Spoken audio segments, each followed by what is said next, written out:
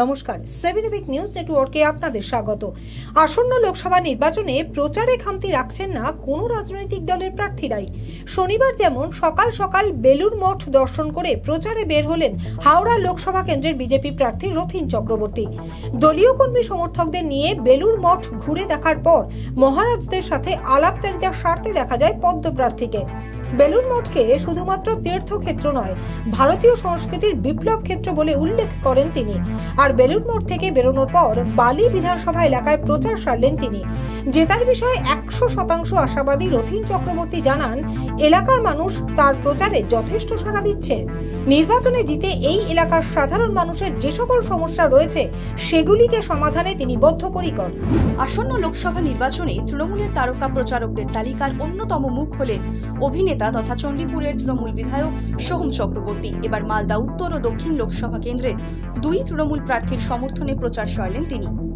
এদিন উত্তর মালদার ঘাসফুল প্রার্থী তথা প্রাক্তন আইপিএস অফিসার প্রসূন ব্যানার্জিকে সাথে নিয়ে পুরাতন মালদার মঙ্গলবাড়ি বুলবুলি মোড় থেকে একটি রোড শো এর মাধ্যমে প্রচার শুরু করেন সোহম। এদিনের প্রচার কর্মসূচিতে মৌসুম বেঞ্জিনুর সহ আরও অনেক স্থানীয় তৃণমূল নেতৃত্ব উপস্থিত ছিলেন। তারকা বিধায়ককে দেখতে উৎসাহী জনতার ভিড় ছিল চোখে পড়ার মতো। পাশাপাশি তৃণমূলের মহিলা কমিটির সদস্যরা শঙ্খ বাজিয়ে অভ্যর্থনাও জানান সোহমকে।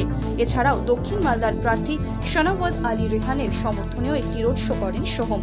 পুরাতন মালদা পৌরসভার 7 নম্বর ওয়ার্ডের বাঁচামারি জামতলা এলাকায় উত্তর মালদা লোকসভা কেন্দ্রের তৃণমূল প্রার্থী প্রসূন ব্যানার্জির সমর্থনে লাগানো ফেস্টুন ছুঁড়ে ফেলার অভিযোগে 7 নম্বর ওয়ার্ডের কাউন্সিলর শত্রুঘ্ন সিংহ বর্মা ও 19 নম্বর ওয়ার্ডের কাউন্সিলর বিশ্বজিৎ হালদারের নেতৃত্বে পুরাতন মালদাগামী রাস্তা অবরোধ করে বিক্ষোভ দেখালো স্থানীয় তৃণমূল নেতৃত্ব।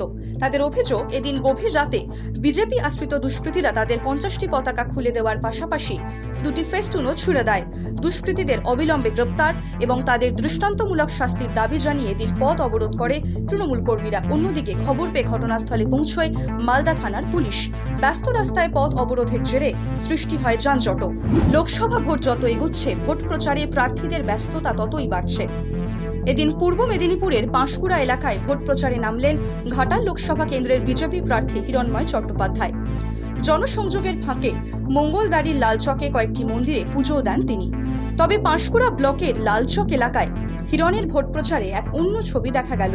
সেখানে দলীয় পতাকার সাথে জাতীয় পতাকা নিয়েও মিছিল করতে দেখা যায় বিজেপি কর্মীদের।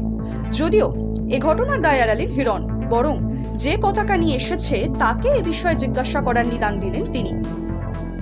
ফের বোমা উদ্ধার মুর্শিদাবাদের রেজিনগরে। উল্লেখ্য, রেজিনগর থানার আন্দুলবেরিয়া ধনচিপাড়া এলাকায় কয়েকদিন আগেই দেওয়ালিখনকে কেন্দ্র করে মারামারির ঘটনায় মোট 6 জন আহত হয়েছিলেন, যারা এখনও চিকিৎসাধীন রয়েছেন। আর ওই ঘটনার পর থেকেই ওই এলাকায় চিরুনি তল্লাশি চালায় রেজিনগর থানার পুলিশ। ঘটনায় 3 জনকে গ্রেপ্তারও করা হয়। এরপরেই ওই এলাকায় একটি বাড়ির পিছন দিক থেকে এদিন ব্যাগ ভর্তি বোতল বোমা উদ্ধার করলো পুলিশ। ব্যাগটিতে মোট 10টি বোতল বোমা ছিল, যা থেকে যে কোনো মুহূর্তে ঘটে যেতে পারত প্রাণঘাতী দুর্ঘটনা। তাই যে কোনো রকম অপ্রীতিকর ঘটনা এড়াতে কড়া প্রহরায় ছিল পুলিশ বাহিনী। ঘটনা ঘিরে তীব্র আতঙ্ক ছড়িয়ে পড়ে স্থানীয় বাসিন্দাদের মধ্যে। আর এদিন বিকালে উদ্ধার হওয়া বোতল বোমাগুলি নিষ্ক্রিয় করলো বম স্কোয়াড। লোকসভা ভোটের আগে এহেন ঘটনায় উদ্বিগ্ন পুলিশ প্রশাসন। মুর্শিদাবাদ থেকে গণেশ সাহার রিপোর্ট, 7 উইক নিউজ নেটওয়ার্ক। জয় হিন্দ।